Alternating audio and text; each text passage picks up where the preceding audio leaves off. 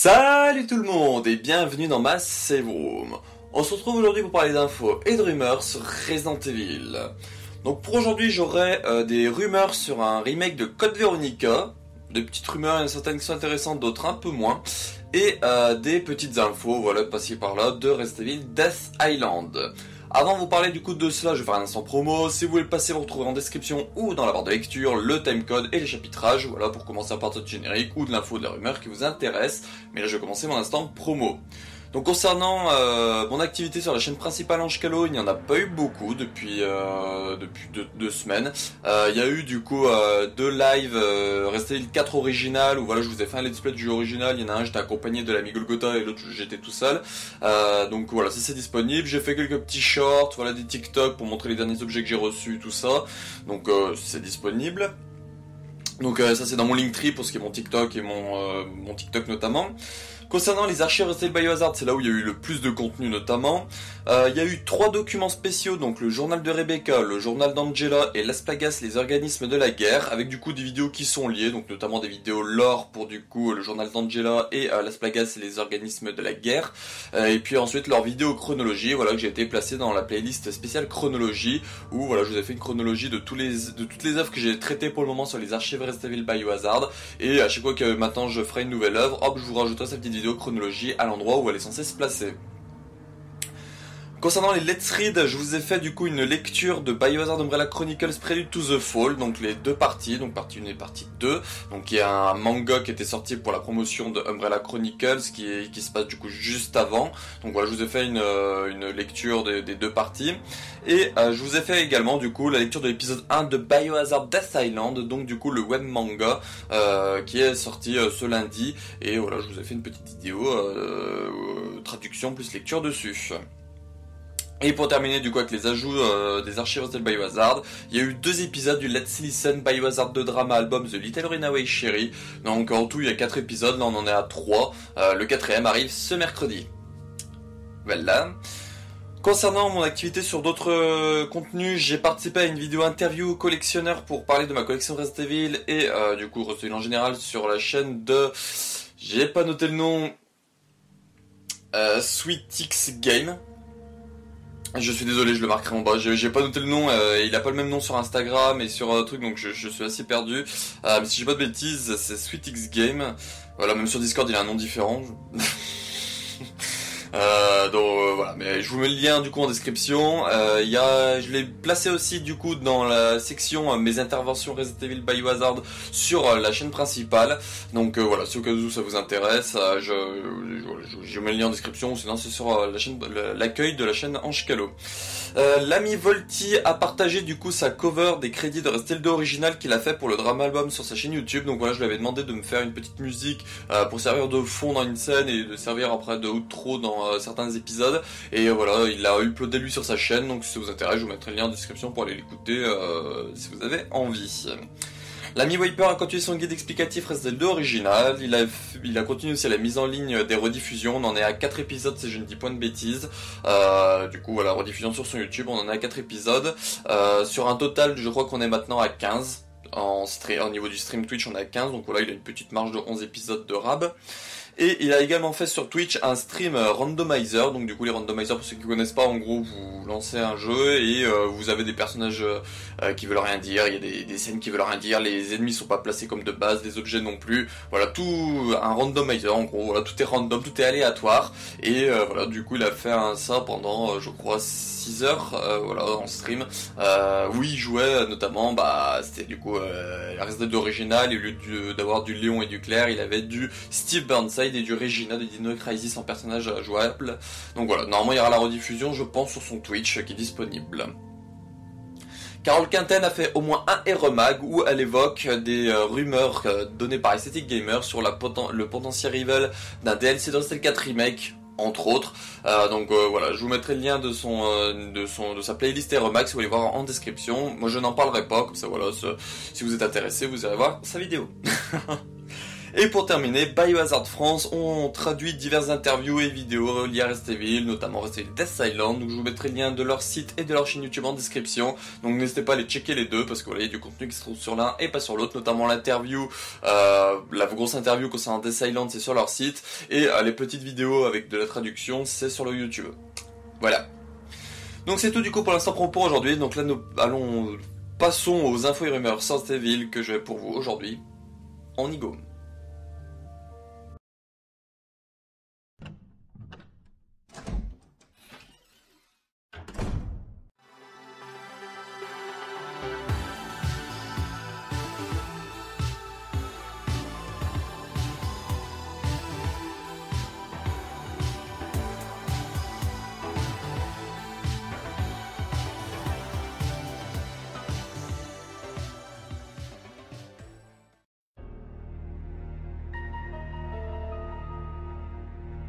Les rumeurs Resident Evil Code Veronica que j'aurai pour vous aujourd'hui, donc Resident Evil Code Veronica Remake, ça vient d'un tweet que je vous mettrai en description, donc du coup qui a fait des screens d'un post Reddit qu'une personne a fait, qui voilà, encore une fois, qui dit avoir des sources sûres, tout ça.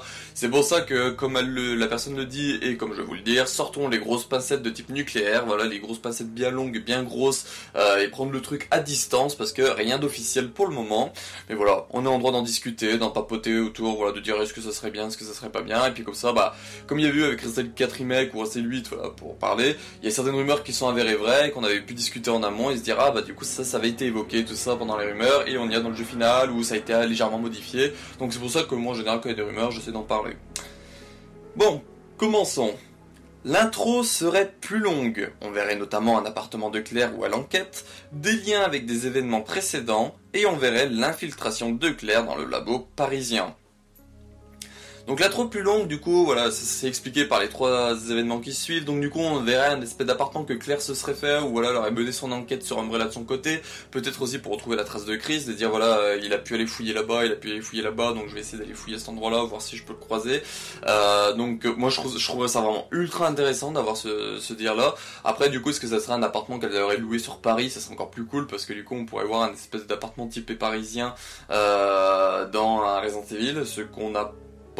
On a vite fait l'épilogue de Resident Evil 3 original et un peu Resident Evil 3 Remake, j'ai envie de dire, où on voit Jill qui semble être dans l'appartement de Chris, mais niveau Paris on n'a pas grand chose non plus.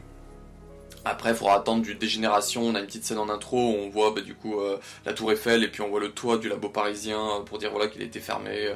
Voilà, il y a quelques petits trucs mais c'est pas non plus du foufou fifou visuellement. Même si voilà, Dégénération c'est très cool. Des liens avec les événements précédents, donc là moi personnellement je pensais à une espèce de petit récap comme il y a au début de Resident Evil 4 Remake où voilà Claire nous parle des événements de Resident Evil 2 Remake, du fait qu'elle cherche Chris, tout ça. Mais ce qui pourrait être cool, qui suit du coup la formation suivante, qui est du coup on verrait l'infiltration de Claire dans le labo parisien. Et ce qui pourrait être cool avec ce détail là, c'est que du coup c'est nous qui jouions... ça se dit, nous qui sommes voilà, qui au contrôle de Claire dans le labo directement plutôt qu'en cinématique, et du coup qu'on puisse lire des documents, qu'on puisse voilà s'informer un peu, et du coup les liens qu'on pourrait avoir plus que du coup du reste de tout ça, c'est lié à Nemesis et à Luis Serra.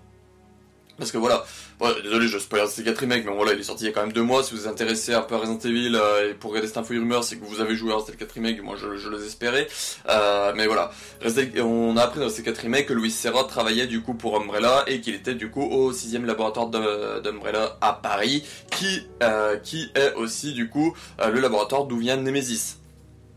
Normalement.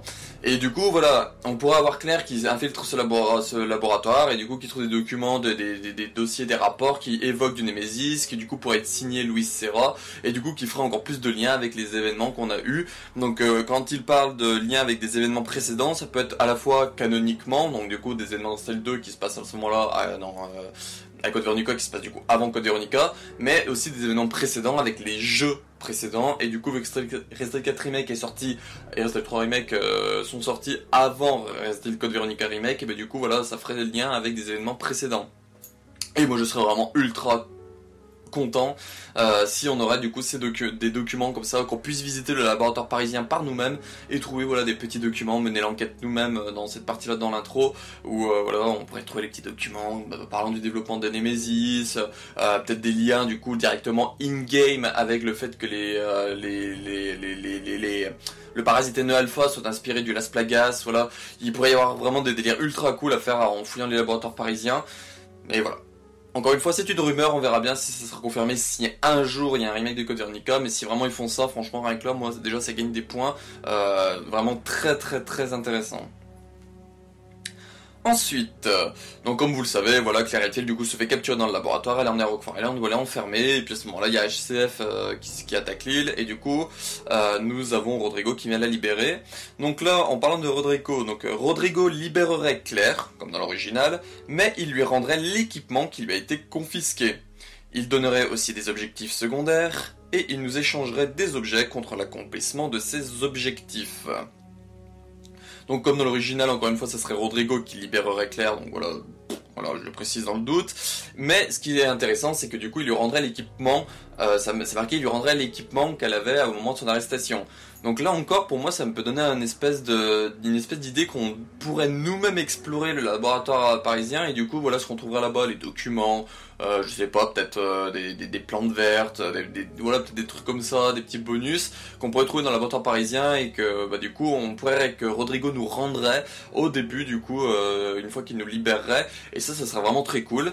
Peut-être même les armes, parce que techniquement on voit Claire utiliser un pistolet, donc du coup ça veut dire qu'au lieu d'avoir juste le couteau, si on l'oublie pas sur le bureau comme dans l'original, pour aller après dans le petit cimetière, on pourra avoir directement du coup notre arme qu'on a récupérée dans le laboratoire parisien, et ça franchement ce serait plutôt cool et donnerait un peu plus d'accessibilité au jeu, parce que du coup rester Code Veronica, pour ceux qui ne le savent pas, quand vous le commencez, vous n'avez pas d'arme à feu, vous devez traverser une zone du cimetière avec des zombies, et la seule arme que vous pouvez avoir si vous ne l'oubliez pas sur le bureau de Rodrigo, c'est un couteau.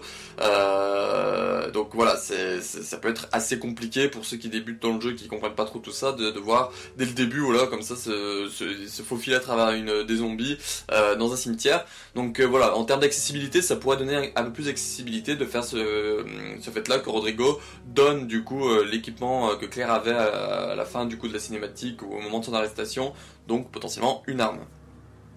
Et le fait qu'il donnerait des objectifs secondaires, ou du coup il nous donnerait des items en échange, bah ça ferait un peu redite avec le marchand, mais je reste curieux sur ce que ça pourrait être. Peut-être qu'ils disent des objectifs, sauf que ce serait peut-être uniquement un objectif, qui est du coup le même que dans l'original, où en gros on doit aller chercher les médicaments hémostatiques, je crois, et lui ramener. Alors par contre, j'ai pas le souvenir s'il lui donne quelque chose en échange.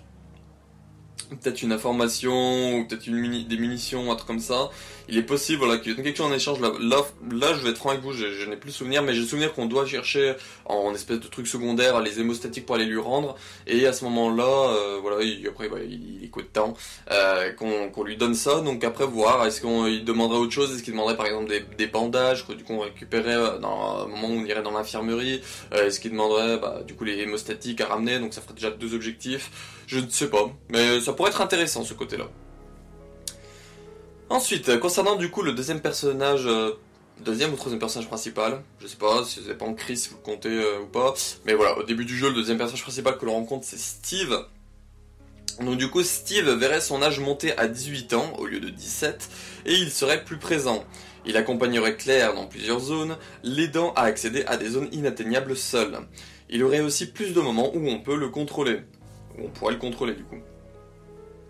Donc déjà la première partie, que Steve verrait son âge passer de 18 au lieu de 17 ans, ça me pose problème parce que ça toucherait le lore. Parce qu'une date de naissance dans le lore c'est quelque chose d'inscrit, c'est pas quelque chose que tu peux faire bouger comme t'as envie. Même si y a eu des petits problèmes au niveau des dates, je crois notamment c'est au niveau d'Oswald Spencer, je crois qu'il y a des dates qui concordent pas, même Jill notamment. Jill, son âge est assez débattu parce que sur la pierre tombale c'est marqué 1974, sauf que quand on fait le calcul avec tous ces âges, et bah du coup ça nous donne du 1975 à chaque fois. Donc voilà, il y a des trucs un peu débattus comme ça, mais Steve, ça a été acté que c'est 17 ans qui est son âge. Donc là, voilà, je trouverais ça un peu mal amené, le fait qu'il le passe à 18 ans.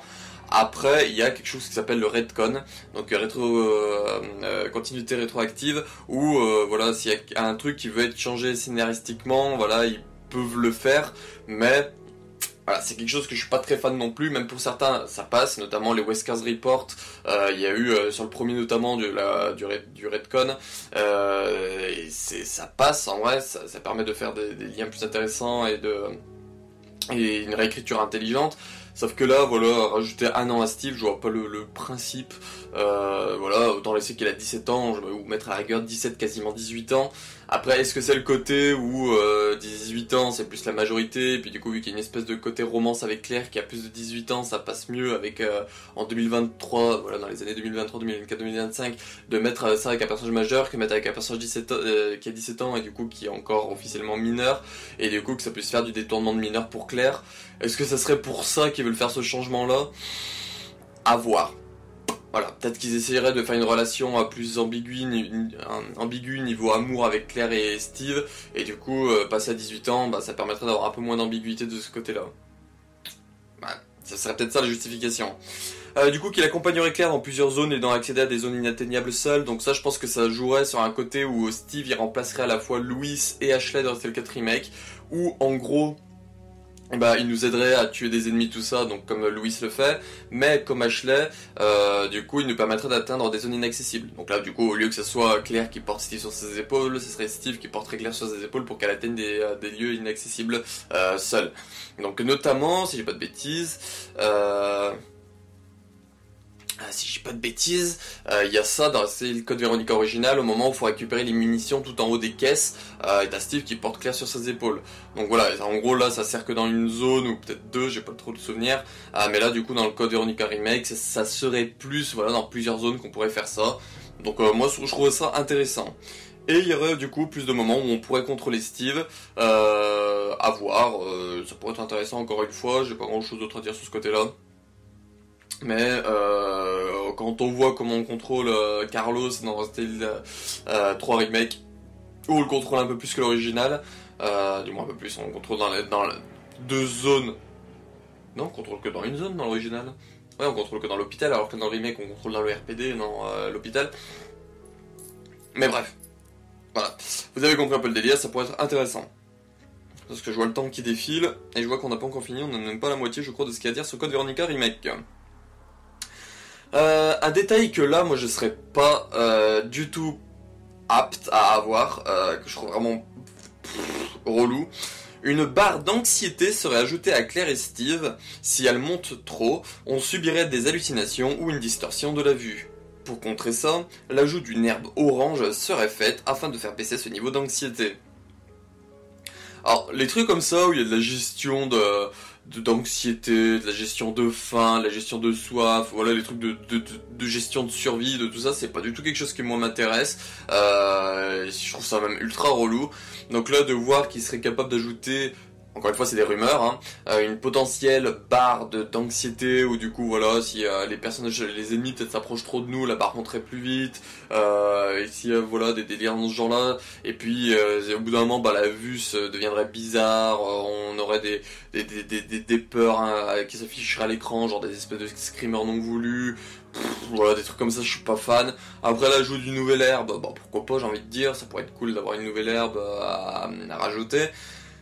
Mais je sais pas, ce délire là d'anxiété tout ça, c'est un peu comme la jauge de virus des outbreaks, c'est vraiment quelque chose qui est relou en fait.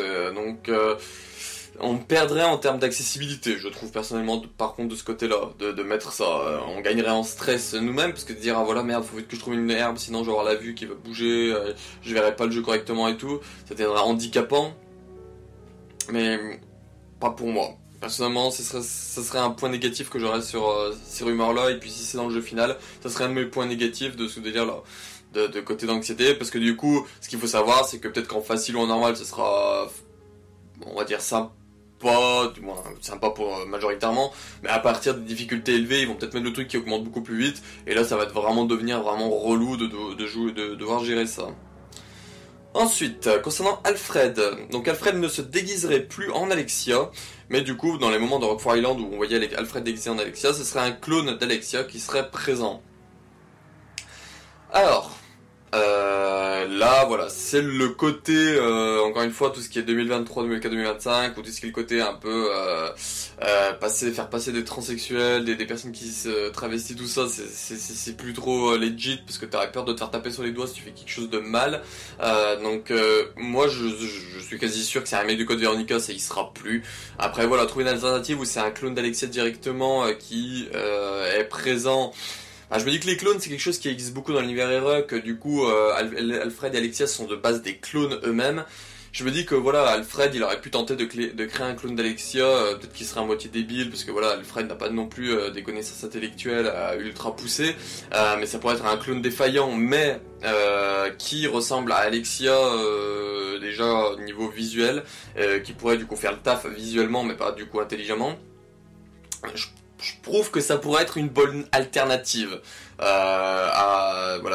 du coup à la société de maintenant. Ça pourrait être une bonne alternative de, plutôt que ce soit Alfred qui se travestisse en Alexia, d'avoir un espèce de clone qu'Alfred aurait créé par manque de voir Alexia.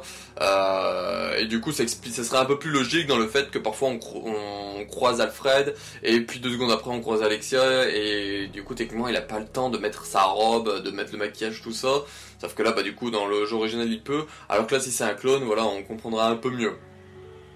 Mais encore une fois, c'est à voir tout ça, comment ça serait amené, comment ça serait mis en place. Mais moi, personnellement, bon, ça touchera un peu au lore dans le fait que du coup, bah, on n'aurait plus le fait que Alfred soit tellement en manque d'Alexia qu'il se déguise en elle. Mais on aurait l'alternative qu'il est tellement en manque d'elle que du coup, il lui a créé un clone. Voilà, je trouve que l'alternative serait intéressante.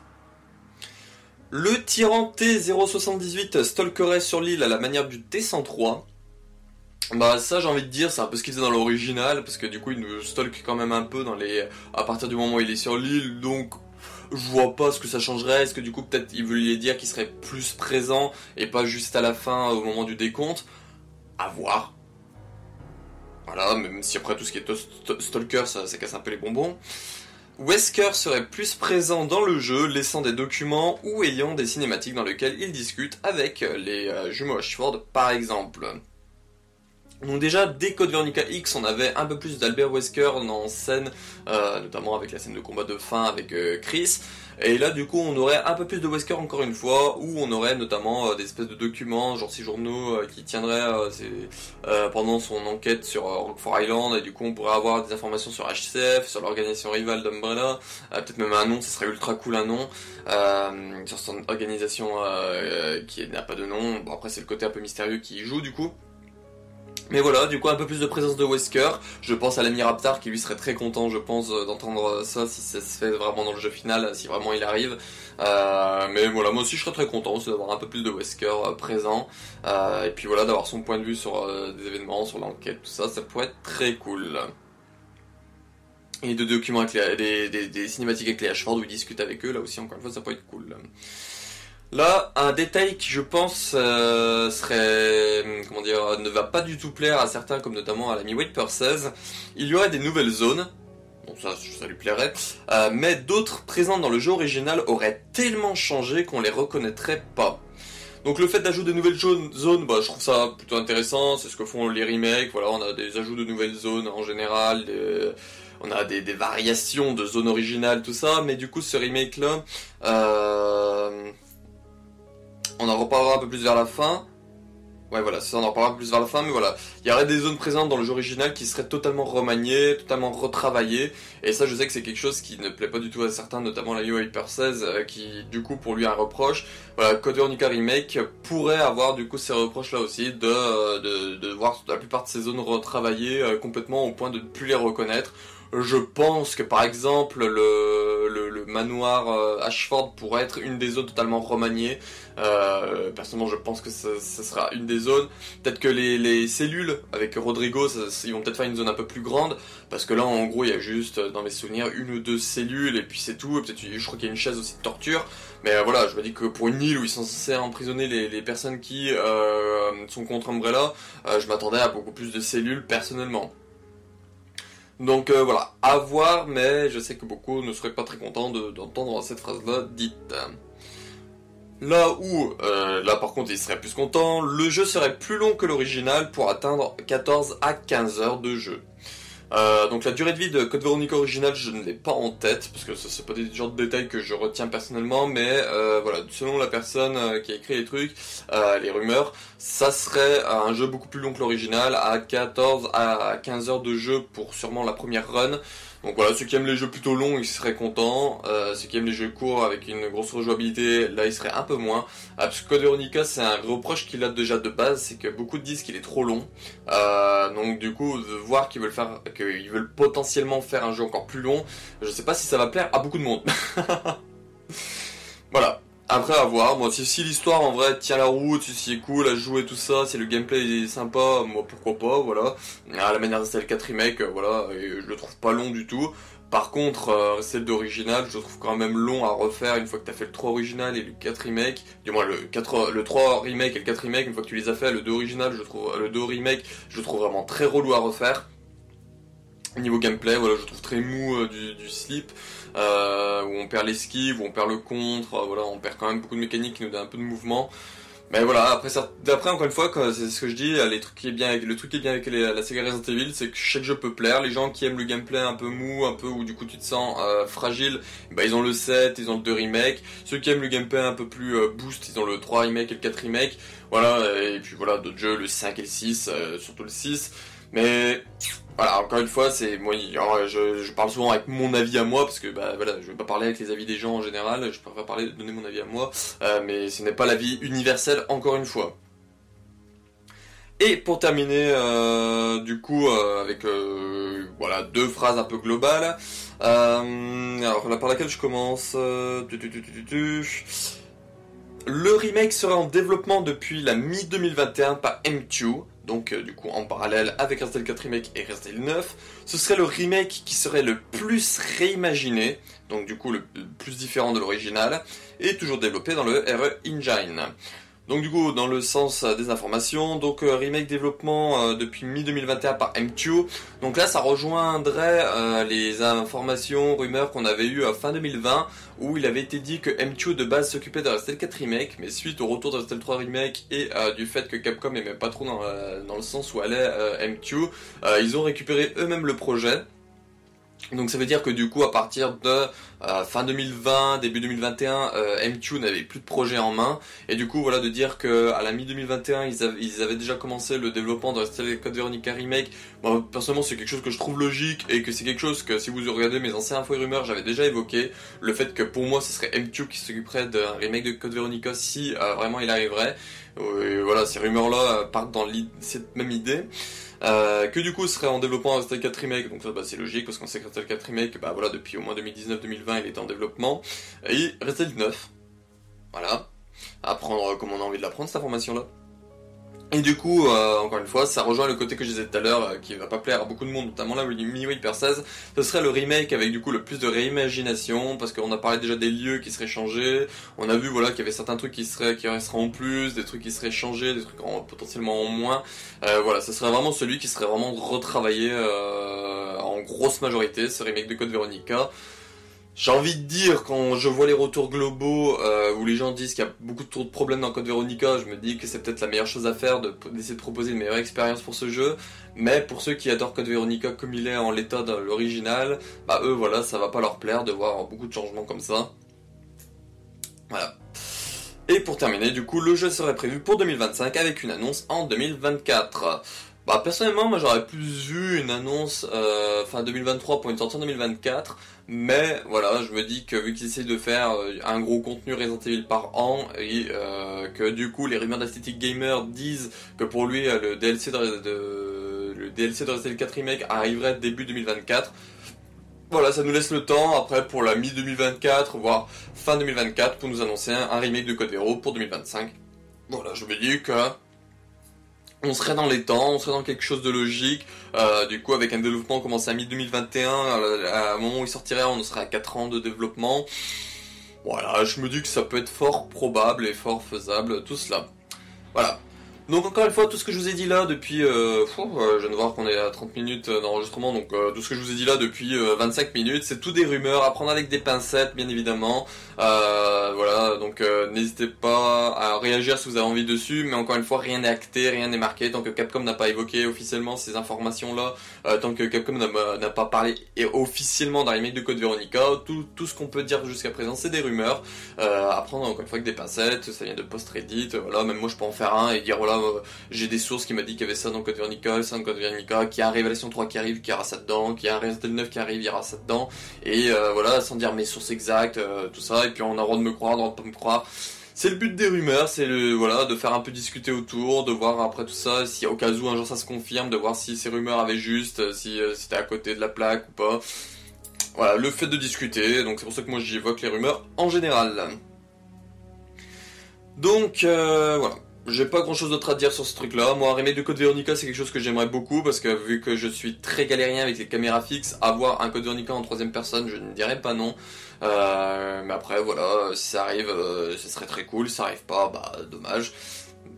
Voilà, on verra bien, la suite nous le dira. Donc là nous allons passer du coup à quelque chose qui est acté et qui va arriver, donc là c'est Death Island, j'ai quelques petites infos pour vous pour terminer cet épisode. On y va.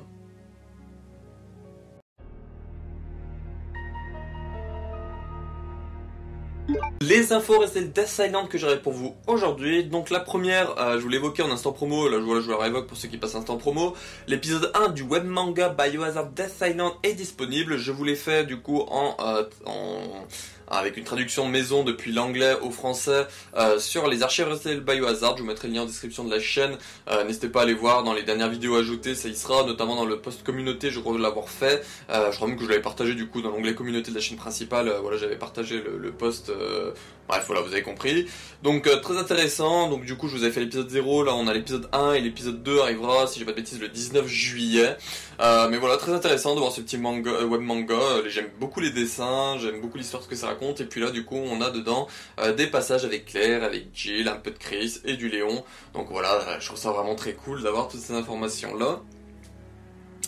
Et pour terminer du coup avec Resident Evil Death Island, il faut que vous sachiez que le film est disponible du coup depuis le 22 juin dans certains pays au cinéma. Voilà, il y a eu certaines projections publiques et du coup là où il faut faire attention, c'est qu'il y a des extraits, des images, des choses qui spoilent, des textes, tout ça qui sont disponibles du coup sur la toile. Sur Twitter, j'en ai vu passer énormément, j'ai vu passer des scènes, j'ai vu la scène d'introduction, j'ai vu la scène de fin, j'ai vu des combats contre des créatures, j'ai vu j'ai vu beaucoup de choses qui sont passées autant en images que du coup en vidéo. Donc voilà, faites très attention sur les réseaux sociaux jusqu'à la sortie du film parce que voilà, c'est disponible dans certains pays et ça va continuer. Là du coup dès le 22 juin c'est sorti dans certains pays, ça va ressortir d'ici fin juin encore dans certains pays, le 7 juillet au Japon et voilà. Concernant la France, on n'a pas de date cinéma pour le moment, on n'a même pas une seule séance de prévue. La seule chose qu'on a, c'est le format physique début août, alors que mondialement ça sort le 25 juillet. Donc voilà, moi je ne comprends plus rien à ce délire-là, je comprends pas comment en 2023 on n'arrive pas à faire des petites séances par-ci par-là pour avoir des films d'animation comme ça, ou même à s'aligner sur une sortie DVD mondialement. Je sais pas, certes il sort le 7 juillet au cinéma au Japon, et puis un peu avant dans certains autres pays, mais pourquoi en physique on doit attendre fin juillet voire début août pour nous, et même les Italiens je crois que c'est début août. Je comprends vraiment pas en fait, pourquoi du coup ceux qui l'ont pas au cinéma ils peuvent pas l'avoir en DVD, je sais pas, genre à partir du 7 juillet, bah vu qu'ils sont là où ça sort en cinéma, bah voilà ça sort en cinéma, mais du coup ceux qui ne l'ont pas dans les cinémas ne le sortira chez nous en physique. Voilà, c'est vraiment quelque chose que je comprends pas avec cette sortie de Death Island, c'est pourquoi on va devoir attendre plus d'un mois après tout le monde pour du coup à pouvoir mettre la main sur ce film là pour pouvoir le voir. Voilà, là c'est mon petit coup de gueule que j'ai à faire, j'ai fait déjà un post Twitter dessus et tout, parce que vraiment, franchement ça me gave, voilà, de voir qu'en 2023, sachant qu'il y a Internet qui est là mondialement, et des trucs comme ça, et bah du coup on puisse même pas pouvoir profiter d'un film, d'un projet comme tout le monde, qu'on doit du coup faire attention à pas se faire spoiler, à pas avoir de trucs, tout ça parce que les gens ils savent pas s'aligner sur des dates ensemble. Voilà.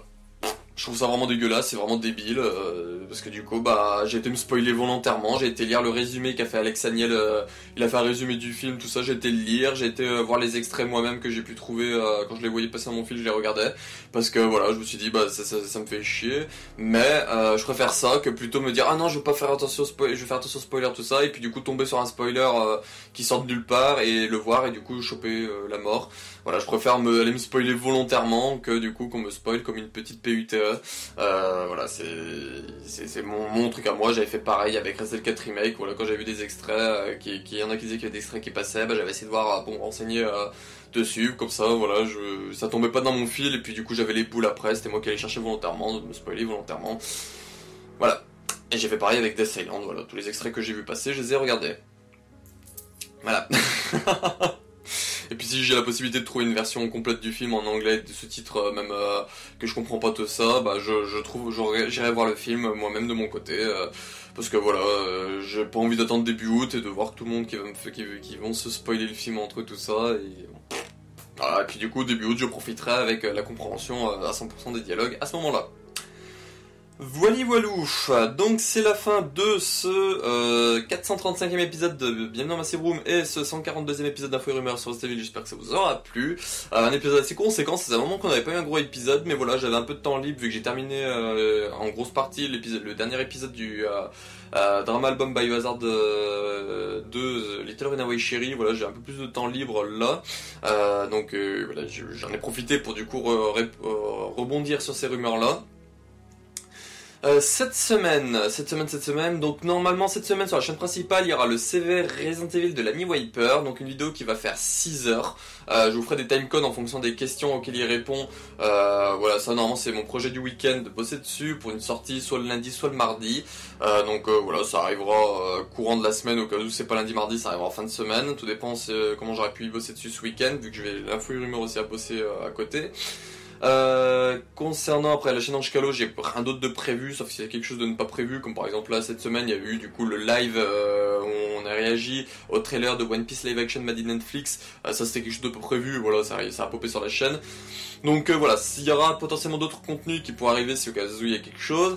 Et concernant du coup les archives Resident Evil Biohazard, donc demain lundi il y aura le dernier document spécial prévu pour ce mois de juin. Voilà, normalement qui sortira avec sa vidéo chronologie, il n'y aura pas de vidéo lore liée, voilà, il y aura juste de vidéos. Mercredi à 18h, il y aura du coup l'épisode 4 de Biohazard 2 Drama Album The Little Runaway Sherry, donc le quatrième et dernier épisode qui sortira à 18h en première, et après voilà, il sera disponible dans la foulée. Et vendredi, vous aurez du coup la vidéo chronologie et les vidéos lore, du coup qui sont liées à ce Biohazard 2 Drama Album The Little Runaway Sherry, où voilà, du coup ce sera les dernières vidéos qui seront liées à ce projet-là, qui seront mises en ligne sur la chaîne et qui marqueront aussi la fin du mois de juin anniversaire, où du coup voilà, c'était le but de mettre le plus de contenu possible sur les archives, et c'est ce qu'il y a eu.